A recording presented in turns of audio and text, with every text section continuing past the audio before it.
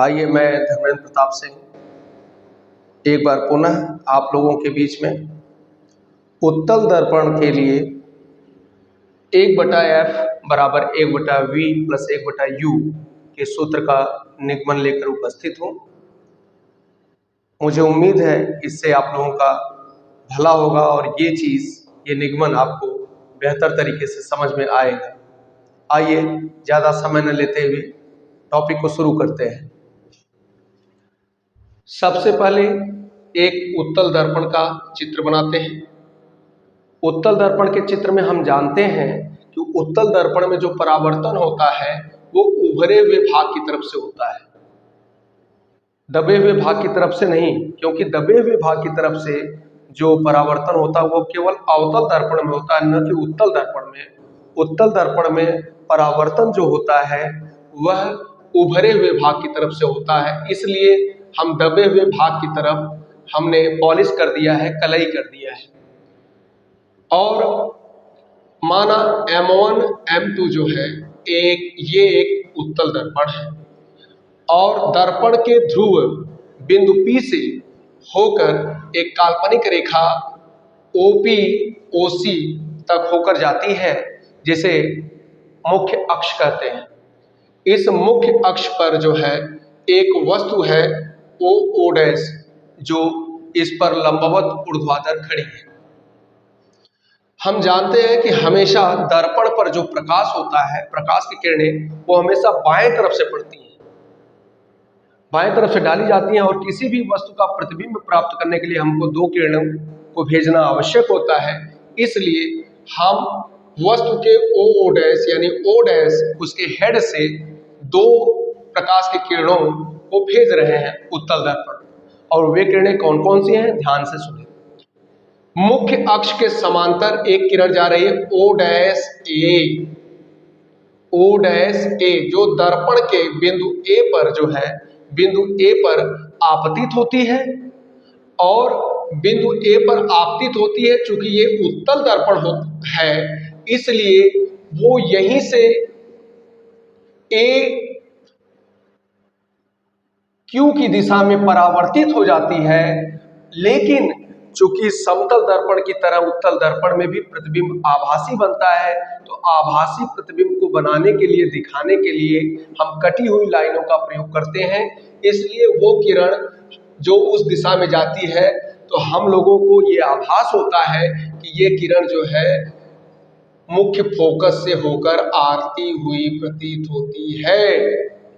अर्थात हमने नियम भी पढ़ा है कि मुख्य अक्ष के समांतर चलने वाली किरणें फोकस से होकर जाती हैं या फोकस से आती हुई प्रतीत होती है। तो देखिए, मुख्य अक्ष के समांतर मुख्य अक्ष ये है और OA जो है मुख्य अक्ष के समांतर है और फोकस से आती हुई प्रतीत होती है। तो प्रतीत होने के लिए हमने कटी हुई लाइनों का प्रयोग किया है। दूसरी बात, उसी वस्तु के सिरे से पुनः हम दर्पण के बिंदु B पर प्रकाश किरण आपतित कराते हैं, तो हम पाते हैं वह आपतित किरण अपने मार्ग पर वापस लौट जाती है। तो वापस लौट जाती है और वापस लौटती हुई प्रतीत होती है। तो प्रतीत होने का जो आभास होता है ये उत्तल दर्पण में होता है। तो वक्रता केंद्र से होकर जाने वाली प्रकाश की किरणें अब वापस अपने मार्ग पर परावर्तित हो जाती हैं या परावर्तित आती हुई प्रतीत होती है, जिसको हमने कटी हुई लाइनों से दिखा दिया है कि ये वापस परावर्तित होती हैं। कल हमने आपको बताया था पिछली वीडियो में कि आपतन कोण, चूंकि ये जो वक्रता केंद्र पर जो किरण जाती है प्रकाश की किरण, वह दर्पण के आपतन बिंदु पर अभिलंब का कार्य करती है। तो आपतित किरण तथा अभिलंब के बीच में बना हुआ आपतन कोण तथा चूंकि उसी मार्ग पर वापस जाती है तो परावर्तित किरण तथा अभिलंब के बीच में बना हुआ परावर्तन कोण दोनों बराबर होते हैं। लेकिन यहाँ पर चूंकि एक ही मार्ग है दोनों के आने और जाने का, तो कोई कोण नहीं बन रहा है। अर्थात आपतन कोण और परावर्तन कोण दोनों ही शून्य अंश है। तो शून्य अंश होने के कारण ये जिस मार्ग से आती है उसी मार्ग पर वापस चली जाती है। कौन? वे प्रकाश की किरणें जो वक्रता केंद्र पर आती है तो वक्रता केंद्र से होकर जाती है, तो वो वक्रता केंद्र से होकर वापस लौट जाती है या वापस लौटती हुई प्रतीत होती है। ध्यान दीजिए, वापस लौटते समय जब ये प्रतीत जो आभास हो रहा है इनका, ये दोनों आभासी किरणें एक दूसरे को बिंदु I डैश पर काट रहे हैं, प्रतिच्छेद कर रहे हैं। तो ये जो I डैश है ये बिंदु O डैश का प्रतिबिंब है और बिंदु O का प्रतिबिंब I है, क्योंकि यहाँ से हमने इस पर एक मुख्य अक्ष पर एक लंब खींच दिया है I डैश I जिसका नाम है, तो I डैश बिंदु O डैश का प्रतिबिंब है और बिंदु I जो है बच्चों ये बिंदु O का प्रतिबिंब है। इस प्रकार पूरी वस्तु O डैश का जो प्रतिबिंब है, पूरी वस्तु O डैश का जो प्रतिबिंब है वो बेटा I डैश है। यहां तक तो क्लियर हो गया होगा। अब क्या करते हैं, हमने दर्पण के बिंदु A से इस मुख्य अक्ष पर एक लंब खींचा AN, जबकि इसे थोड़ा और आगे बढ़ाने पर यह दर्पण के इस भाग पर मिलता जिसे दर्पण का द्वारक कहते हैं।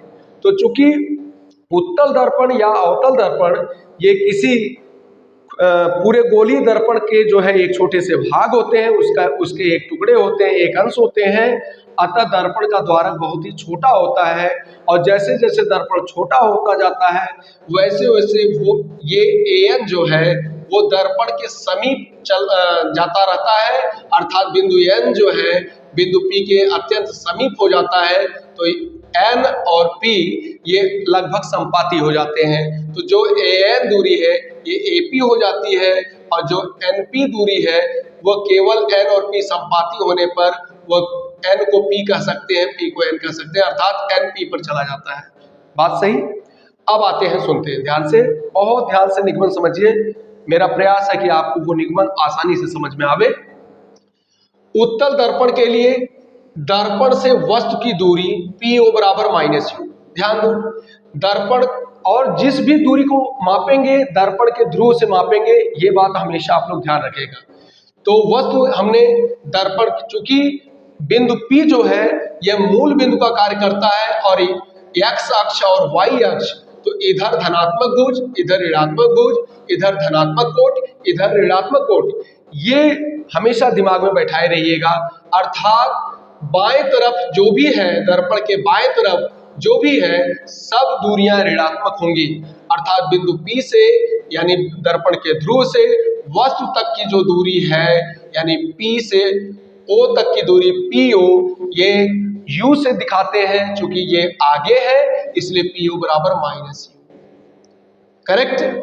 वक्रता त्रिज्या दर्पण के ध्रुव से वक्रता केंद्र तक की दूरी, यानी दर्पण के ध्रुव P से वक्रता केंद्र C तक की दूरी जो PC है बच्चों, ये वक्रता त्रिज्या कहलाती है। तो चूंकि ये आप देख रहे हैं मूल बिंदु के दाहिने धनात्मक भुज पे चली गई है, इसलिए वक्रता त्रिज्या धनात्मक होगी। तो वक्रता त्रिज्या को स्मॉल r या कैपिटल R से शो करते हैं, इसलिए इसे प्लस से दिखाएंगे। तो वक्रता त्रिज्या PC = +R। फोकस दूरी देखिए, दर्पण के ध्रुव से फोकस तक की दूरी जो है PF, फोकस को F से शो करते हैं, दर्पण के ध्रुव से फोकस तक की दूरी PF जो है यह फोकस दूरी कहलाती है। और आप देख सकते हैं कि दर्पण के ध्रुव से ये दाहिने पक्ष में है, धनात्मक भुज पर है, इसलिए PF फोकस दूरी भी धनात्मक होती है।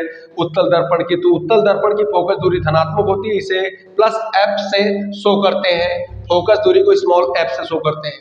अब देखिए फोकस दूरी हो गया PF बराबर +F। दर्पण से प्रतिबिंब की दूरी अब देखते हैं कि दर्पण से प्रतिबिंब की दूरी क्या है। दर्पण से प्रतिबिंब की दूरी क्या है? अब दर्पण कहाँ है? दर्पण का ध्रुव P यहाँ है और प्रतिबिंब कहाँ है? I। तो P से लेकर I तक की दूरी, तो चूंकि दर्पण से प्रतिबिंब की दूरी हम दिखाते हैं स्मॉल v से, चूंकि ये धनात्मक पोजीशन पर है, धनात्मक अक्ष पर है, इसलिए +V। तो ये हो गया दर्पण से प्रतिबिंब की दूरी PI = +V। अब आते हैं निगमन शुरू करते हैं। तो एक चीज तो आप लोग समझ लीजिए कि उत्तल दर्पण के लिए वक्रता त्रिज्या, फोकस दूरी और प्रतिबिंब की दूरी ये हमेशा धनात्मक होती है, केवल वस्तु की दूरी ऋणात्मक होती है। ठीक। त्रिभुज ओ ओ डैश सी, देखो त्रिभुज ओ ओ डैश सी, ये बड़ा वाला, आप सभी लोग ध्यान दीजिए, ओ ओ डैश सी, ये वाला ओ ओ डैश सी। ठीक। और त्रिभुज आई आई डैश सी, त्रिभुज, अब इधर चले आइए, त्रिभुज आई आई डैश सी, इस त्रिभुज में त्रिभुज आई आई डैश सी। अब एक चीज तो आपके समझ में आ रहा होगा कि ये जो पोर्शन है, ये जो पोर्शन है कोण सी, ये दोनों में आ रहा है, इस छोटे वाले में भी आ रहा है, इसमें भी आ रहा है और बड़े वाले में भी आ रहा है। ठीक। तो अब देखिए वस्तु कैसी खड़ी है, अभी लंबवत खड़ी है, तो कितने अंश का कोण बनेगा, 90 अंश का। तो प्रतिबिंब भी लंबवत है, कितने अंश का कोण बनेगा, 90 अंश का। फाइनल। अब कोण सी, ये बड़े वाले में देखिए ओ ओ डैश सी। ठीक। तो कोण ओ सी ओ डैश बराबर कोण आई सी आई डैश। ये कोण चूंकि ये बड़े वाले में भी है बेटा और ये छोटे वाले समकोण त्रिभुज में भी है, इसलिए ये कोण उभयनिष्ठ है। तो अर्थात कोण ओ डैश ओ सी, कोण ओ डैश ओ सी बराबर कोण आई डैश आई सी, प्रत्येक 90 अंश है, आई डैश आई सी 90 अंश है, और कोण ओ डैश ओ सी, ध्यान दीजिए, सॉरी, कोण O dash C O dash C ओ बराबर कोण आई डैश सी आई, ये उभयनिष्ठ है, चूंकि ये सी वाला पोर्शन ये छोटे वाले में भी है और बड़े वाले में भी है, तो उभयनिष्ठ है। ठीक। अतः कोण कोण समरूपता से, कोण कोण समरूपता से दोनों त्रिभुज क्या हो गए, समरूप हो गए। कोण कोण समरूपता का अर्थ होता है जब एक त्रिभुज के दो कोण दूसरे त्रिभुज के दो संगत कोणों के अलग अलग बराबर हों तो दोनों त्रिभुज जो है समरूप होते हैं। क्यों? क्योंकि एक त्रिभुज के जब दो कोण दूसरे त्रिभुज के दो संगत कोणों के अलग अलग बराबर हो जाएंगे तो तीसरा कोण स्वतः आपस में बराबर हो जाएगा, इसलिए त्रिभुज समानकोणिक हो जाएंगे और समानकोणिक त्रिभुज समरूप होते हैं और समरूप त्रिभुजों की संगत भुजाएं समानुपाती होती हैं, अर्थात समान अनुपात में होती हैं। अब देखिए इस प्रकार त्रिभुज ओ ओ डैश सी समरूप हो गया त्रिभुज आई आई डैश सी किया, त्रिभुज ओ ओ डैश सी त्रिभुज आई आई डैश सी के समरूप हो गया। तो समरूप त्रिभुजों की संगत भुजाएं समानुपाती होती है, तो हम लिख सकते हैं ओ ओ डैश ये भुजा बटा आई आई डैश ये भुजा, ओ ओ डैश बटा आई आई डैश बराबर फिर ओ सी, देखो ओ सी ये बड़े त्रिभुज की ये भुजा ओ सी बटा छोटे त्रिभुज की भुजा आई सी, फिर तीसरा भी होगा ओ डैश सी बटा आई डैश सी, लेकिन इसकी जरूरत नहीं है बेटा, इसलिए उसको नहीं लिखते हैं, जिसकी आवश्यकता हो सिर्फ उसी को लिखेंगे। तो हो गया ओ डैश बटा आई आई डैश बराबर ओ सी बटा आई सी, समीकरण नंबर 1 हो गया। यहां से देख सकते हैं आप। अब त्रिभुज ए एन एफ कहाँ है, यहाँ पे चित्र में आइए, त्रिभुज ए एन एफ ये वाला, ये पोर्शन देखिए, चूंकि कटी हुई लाइंस है इसलिए मैं पेन नहीं चला रहा हूं उस पर। त्रिभुज ए एन एफ ये भी यहां पे 90 अंश का कोण बना रहे हैं। ए एन चूंकि इस पर अभिलंब का कार्य कर रहा है।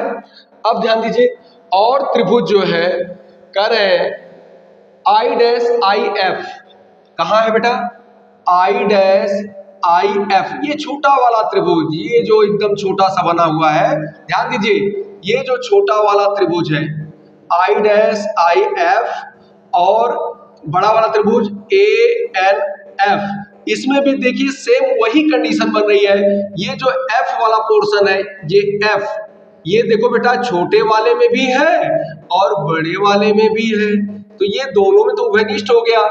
और ये 90 डिग्री है, ये भी 90 डिग्री है, तो कोण कोण समरूपता से दोनों त्रिभुज क्या हो जाएंगे, समरूप हो जाएंगे। वही बात मैंने यहां पर लिखा है, देखिए ध्यान से। कोण ए एन एफ यानी कोण ए एन एफ यानी 90 डिग्री, और कोण हो जाएगा आई डैश आई एफ, ये 90 डिग्री। तो कोण ए एन एफ बराबर कोण आई डैश आई एफ बराबर प्रत्येक 90 अंश। ये चूंकि प्रत्येक 90 अंश है, समकोण है। फाइनल। अब आगे देखते हैं कोण ए एफ एन, देखो ध्यान से, नाम पर ध्यान दीजिए। चित्र में ए एफ एन यानी ये कोण, ये बड़े वाले, ये कोण जो बड़े वाले त्रिभुज का है ए एफ एन बराबर कोण आई डैश एफ आई, और छोटे वाले में आ जाइए आई डैश एफ आई, ये छोटे वाले में है आई डैश एफ आई। आप देख रहे हैं कि एफ जो है ये बड़े वाले में भी आ रहा है और छोटे वाले में भी आ रहा है, इसलिए जो एफ है कोण एफ ये उभयनिष्ठ हो गया। तो इसलिए कोण A F N equal to कोण आई डैश एफ आई ये उभयनिष्ठ है, क्योंकि जो जिस कोण को जिस अक्षर से दिखाते हैं वो अक्षर बीच में है एफ एफ, तो ये उभयनिष्ठ है। फिर पुनः कोण कोण समरूपता से दोनों ये त्रिभुज ए एन एफ त्रिभुज आई डैश आई एफ के क्या हो गया बेटा, समरूप। ये समरूप का सिंबल है, समरूप का चिन्ह है। फिर समरूप त्रिभुजों की संगत भुजाएं क्या होती हैं, समानुपाती होती हैं। इसलिए अब यहां पर इसकी लंबाई, इस त्रिभुज की ये भुजा ए एन बटा I dash I, A N बटा आई डैश आई बराबर छोटी वाली ये भुजा बड़े वाली की एन एफ बटा आई एफ, बड़े वाली भुजा एन एफ, छोटे वाली भुजा आई एफ। तो एन एफ बराबर एन एफ बटा आई एफ, देखिए ध्यान से, ए एन बटा आई डैश आई बराबर एन एफ बटा आई एफ। आया समझ में आता है? अब देखिए, अब बहुत ध्यान से, अब बेटा ये इस चित्र में देखिए, सारे बच्चों का ध्यान यही रहे, ओ डैश और ये जो ए एन आया है बेटा, ये इस फिगर पे देखो ध्यान से, ओ डैश ए एन, ये एक आयत बन रहा है। ये क्या बन रहा है, आयत। आयत की आमने सामने भुजाएं क्या होती है, बराबर। तो ये भुजा इसके बराबर हो जाएगी और ये भुजा किसके बराबर हो जाएगी, इसके। फाइनल। तो इसलिए ओ डैश बराबर हो जाएगा ए एन, क्योंकि आयत की आमने सामने भुजाएं क्या होती हैं, बराबर होती हैं, इसलिए ए एन बराबर ओ डैश। तो आगे हमने लिख दिया कि आयत O N A O dash की आमने सामने की भुजाएं हैं और आयत की आमने सामने भुजाएं आपस में बराबर होती हैं। अब इसका मतलब हम ए एन के स्थान पर ओ डैश लिख सकते हैं। तो हमने वही किया है, ए एन के स्थान पर हमने लिख दिया ओ डैश और बाकी चीजें वैसे ही बटा आई डैश आई लिखे चाहे आई डैश लिखे, बातें कही है। ओ डैश बटा आई डैश बराबर एन एफ बटा आई एफ, इसे समीकरण 2 मान लेते हैं। पुनः समीकरण 1 तथा समीकरण 2 की तुलना करते हैं। तुलना क्यों करते हैं, क्योंकि दोनों का बायां पक्ष आपस में बराबर है। देखिए ओ डैश बटा आई डैश, यहां भी ओ डैश बटा आई डैश, तो बायां पक्ष जब आपस में बराबर होगा तो भैया दाहिना पक्ष भी आपस में अवश्य बराबर होगा। इसलिए ओसी बटा आई सी बराबर एन एफ बटा आई एफ, ओसी बटा आई सी बराबर एन एफ बटा आई एफ, इसे समीकरण 3 मान लेते हैं। और अभी हमने आपको शुरू में ही बताया कि दर्पण का द्वारक बहुत ही छोटा होता है और ये एन पी के संपाती हो जाता है। जैसे जैसे छोटा होगा दर्पण वैसे वैसे एन पी की तरफ खिसकता जाएगा, एन और पी संपाती हो जाएंगे। तो जो हम एन एफ बोल रहे हैं, तो वही एन जब पी पर चला आएगा तो एन एफ कहिए चाहे पी एफ कहिए, बात एक ही हो जाएगी। तो हम क्या करेंगे, छोटे दर्पण के लिए द्वारक बहुत ही छोटा होता है, अर्थात बिंदु एन तथा बिंदु पी संपाती होंगे। इस स्थिति में क्या हो जाएगा कि ए एन जो है, जब ये लाइन खिसक कर इधर आएगी तो एपी हो जाएगा, ए एन बराबर एपी हो जाएगा, तथा जो NF है जब NP पर चला जाएगा तो NF जो है वो PF हो जाएगा, क्योंकि N और P एक ही बिंदु पर बैठ जाएंगे, तो चाहे N कहो चाहे P कहो। समझ गए ना? अब NF बराबर PF, तो इसकी कोई आवश्यकता नहीं, लेकिन इसकी आवश्यकता है NF बराबर PF। अब समीकरण 3 में जो है बेटा जहां NF है, देखो ध्यान से, समीकरण 3 में जहां NF है वहां पर हम रख देंगे PF NF के स्थान पर, तो हो जाएगा समीकरण OC बटा IC, OC बटा IC बराबर NF के स्थान पर हमने रख दिया PF और बटा IF वैसे का वैसा, तो OC बटा IC बराबर PF बटा IF हो गया। फाइनल। अब सबको, अब OC क्या है, कहां से कहां तक दूरी है, देखो OC जो है O से लेकर C तक की दूरी है, यानी वस्तु से वक्रता केंद्र तक की। तो लेकिन हमको ये मालूम है कि हम जो भी दूरियां मापेंगे कहां से मापेंगे, दर्पण के ध्रुव से मापेंगे। तो दर्पण के ध्रुव से उन दूरियों को देखिए कि वो आपस में जुड़ते हैं कि घटते हैं। अब दर्पण के ध्रुव से वस्तु की दूरी P से O तक की दूरी PO और P से वक्रता केंद्र की दूरी PC, तो चूंकि दूरियां बट रही हैं तो इसलिए जुड़ेंगी, तो PO प्लस PC बराबर OC, तो OC के स्थान पर हम लिख सकते हैं PO प्लस PC, तो OC के स्थान पर हमने लिख दिया PO प्लस PC बटा IC। IC कहाँ है देख लीजिए, IC यहाँ है। अब ध्यान से देखिए, ये है IC, लेकिन मापना कहाँ से है, दर्पण के ध्रुव से, इसलिए दर्पण के ध्रुव से मापिए P से, तो दर्पण के ध्रुव से P से C तक की दूरी माइनस, अब हमको लाना क्या है, IC लाना है, तो IC कहाँ है, ये रहा, तो बड़ी दूरी में से ये छोटी वाली दूरी अगर घटा दें भैया तो IC आ जाएगा, तो PC माइनस PI बराबर IC, तो IC के स्थान पर हमने लिख दिया PC माइनस PI बराबर PF क्या है, बिंदु P से लेकर F, यानी ये फोकस है, बिंदु P से लेकर फोकस तक की दूरी, ये फोकस दूरी है, तो इसमें कोई परिवर्तन नहीं होगा, इसे PF ही लिखेंगे। अपॉन IF को क्या लिख सकते हैं, IF देखो कहाँ है, IF ये दूरी है, और दूरियां मापना कहां से, दर्पण के ध्रुव से, तो यहाँ P से शुरू करो, तो P से F तक की दूरी में से P से I तक की दूरी अगर घटा देंगे बेटा तो IF आ जाएगा, PF माइनस PI बराबर IF, तो वही हमने किया IF के स्थान पर PF माइनस PI। फाइनल। अब सबके चिन्ह सहित सबके संकेत लिखने पर, चिन्ह सहित सबके संकेत हम अब ये जो समीकरण हमारा बना है इसी में रख देंगे।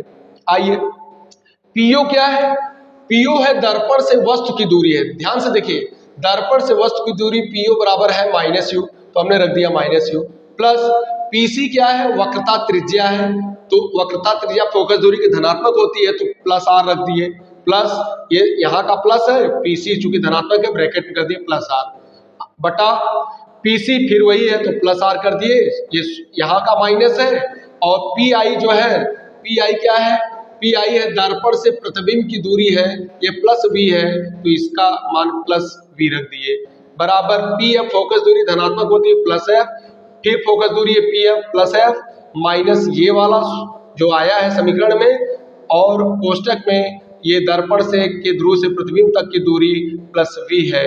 फाइनल।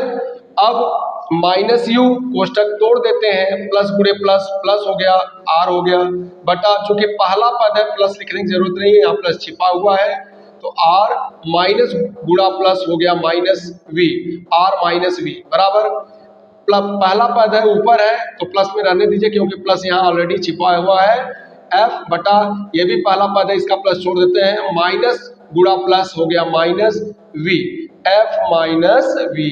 ठीक, यहां तक समझ गए। अब क्या करते हैं, हम जानते हैं, क्या जानते हैं कि फोकस जो वक्रता त्रिज्या होती है वह फोकस दूरी की दुगनी होती है, 2 गुणे F होता है, ध्यान दीजिएगा, जो वक्रता त्रिज्या होती है R, ये फोकस दूरी की दुगनी होती है, तो R बराबर हम 2F रख देंगे, तो R चूंकि धनात्मक है तो 2F भी धनात्मक होगा, तो माइनस U प्लस R के स्थान पे 2F बटा आर के स्थान पे पुनः 2f माइनस वी बराबर f बटा f माइनस वी। यहां तक तो समझ में आया। आर के स्थान पे क्या रख दिए 2f, क्यों रखे? क्योंकि ये वक्रता त्रिज्या फोकस दूरी की दुगनी होती है और उत्तल दर्पण की फोकस दूरी धनात्मक होती है तो वक्रता त्रिज्या भी धनात्मक होती है, तो इसलिए r बराबर प्लस 2f, तो इसलिए प्लस है। ये समझ गए ना, ये प्लस सूत्र का है, चूंकि प्लस गुणे प्लस करेंगे तो प्लस आएगा, इसलिए मैंने डायरेक्ट कर दिया है। तो माइनस u प्लस 2f बटा r के स्थान पे 2f माइनस v बराबर f के स्थान पर f बटा f माइनस v। अब हम क्रॉस मल्टीप्लीकेशन करा देते हैं, वज्र गुणन करा देते हैं। ठीक, इसका इधर गुणा कर देंगे, इसका इधर। अब देखिए पहले इसका गुणा करिए, प्लस गुणे माइनस माइनस f गुणा u एफ यू। ठीक, फिर प्लस गुणा प्लस प्लस हो गया, f गुणे 2f तो f गुणे f स्क्वायर हो जाएगा, तो यहाँ पर 2 है तो 2f स्क्वायर हो गया। फिर अब माइनस v का गुणा करिए, माइनस गुणे माइनस प्लस v गुणे u तो प्लस uv हो गया। फिर माइनस गुणे प्लस माइनस v गुणे 2f तो ये विजातीय पद है बच्चों, तो इसलिए पास पास समीप लिख देंगे तो 2fv माइनस 2fv तो माइनस 2fv बराबर। अब इसका जो है इसमें गुणा करेंगे या इसका इसमें करेंगे, तो प्लस गुणे प्लस प्लस हो गया, f गुणे 2f तो 2f स्क्वायर। फिर प्लस गुणे माइनस माइनस f गुणे v तो fv हो गया। अब आप क्या करिए, यहाँ पे देखिए दोनों बराबर के दोनों पक्षों में, इधर बाएं पक्ष में दाहिने पक्ष में एक ही राशियां हैं और समान चिन्ह में, तो उन्हें कैंसिल कर देते हैं, क्योंकि जब ये प्लस बराबर उधर जाएगा तो माइनस हो जाएगा, तो प्लस माइनस घट के 0 हो जाएगा, तो उस चीज को मैंने डायरेक्ट कर दिया है। तो प्लस 2f स्क्वायर से इधर उधर का कैंसिल हो जाएगा। अब क्या करेंगे, यूवी वाले पोर्शन को, बहुत ध्यान से, इस यूवी वाले पोर्शन को हम प्लस यूवी को यहां रखेंगे और बाकी सबको भैया बराबर के उधर ले जाएंगे, ट्रांसपोजिंग कर देंगे, पक्षांतर कर देंगे। पक्षांतर करने पर चिन्ह बदल जाता है, आप जानते ही हैं। तो माइनस एफ यू बराबर उधर जाएगा, क्या हो गया है प्लस एफ यू। और ध्यान दीजिए माइनस 2fv जो है ये बराबर के उधर गया है, तो क्या हो गया है प्लस 2fv। देखिए चूंकि पहले पद में लिखा गया है तो यहाँ पे प्लस छिपा हुआ है, और पहले से ही दूसरे पक्ष में माइनस fv पड़ा हुआ है। अब ये सजाती पद है, ये जो है ये क्या है सजाती पद है, fv। तो एक प्लस है एक माइनस है, घटेगा तो 2 में से 1 गया, इसका गुणांक 1 है, 2 में से 1 गया 1 है तो 1 नहीं लिखते हैं, और प्लस वाला ज्यादा है तो प्लस में आएगा, तो प्लस fv। तो पहला पद है इसलिए प्लस लिखने की जरूरत नहीं है, तो fv हो गया, और उधर प्लस fu वो बचा हुआ है उसको वैसे ही लिख देंगे uv। चूंकि हमको लाना क्या है, हमको लाना है 1/f, इसलिए दोनों पक्षों में ये जो समीकरण आपका आ रहा है uv equal to fv plus fu, इसके दोनों पक्षों में uvf से भाग देने पर uv बटा uvf बराबर fv बटा uvf प्लस fu बटा uvf। अब करते क्या है, u से u कट गया, v से v कट गया, क्या बचा 1 बटा f। ठीक, क्योंकि बराबर संख्या से बराबर संख्या कटती है तो एक बार जाता है, तो 1 बटा f हो गया, f से f कट गया, v से v कट गया, 1 बटा u बचा, प्लस f से f कट गया, u से u कट गया, 1 बटा v बचा। अब आ गया आपका 1 बटा f बराबर 1 बटा u प्लस 1 बटा v। ये भी सही है चाहे किसी भी क्रम में, लेकिन आपके किताबों में ये क्रम दिया है तो इसको चूंकि दोनों प्लस में है तो किसी भी क्रम में लिखा जा सकता है, इसलिए या 1 बटा f बराबर 1 बटा v पहले लिख देते हैं, और यहाँ प्लस जो छिपा है प्लस 1 बटा u इसको दिखा देते हैं, क्योंकि पहले पद पर प्लस दिखाइए या न दिखाइए कोई फर्क नहीं पड़ता। ठीक, तो 1 बटा f बराबर 1 बटा v प्लस 1 बटा u, यही हो गया दर्पण का सूत्र। और ये जो आपने निगमन पढ़ा है ये उत्तल दर्पण के लिए सूत्र 1/f बराबर 1/v प्लस 1/u का निगमन, जो कि अभी अभी मैंने सिद्ध किया। और जहां तक मैं समझता हूं आप लोगों को मैंने अच्छे से समझाने का प्रयास किया है और आप लोगों को समझ में आया होगा। बहुत बहुत धन्यवाद आपने इस वीडियो को देखा। Thank you for the watching this video. और अपना लाइक कमेंट शेयर करना इसे न भूलें और साथ ही मेरे चैनल को सब्सक्राइब करें। धन्यवाद। आप सभी लोगों का दिन मंगलमय हो।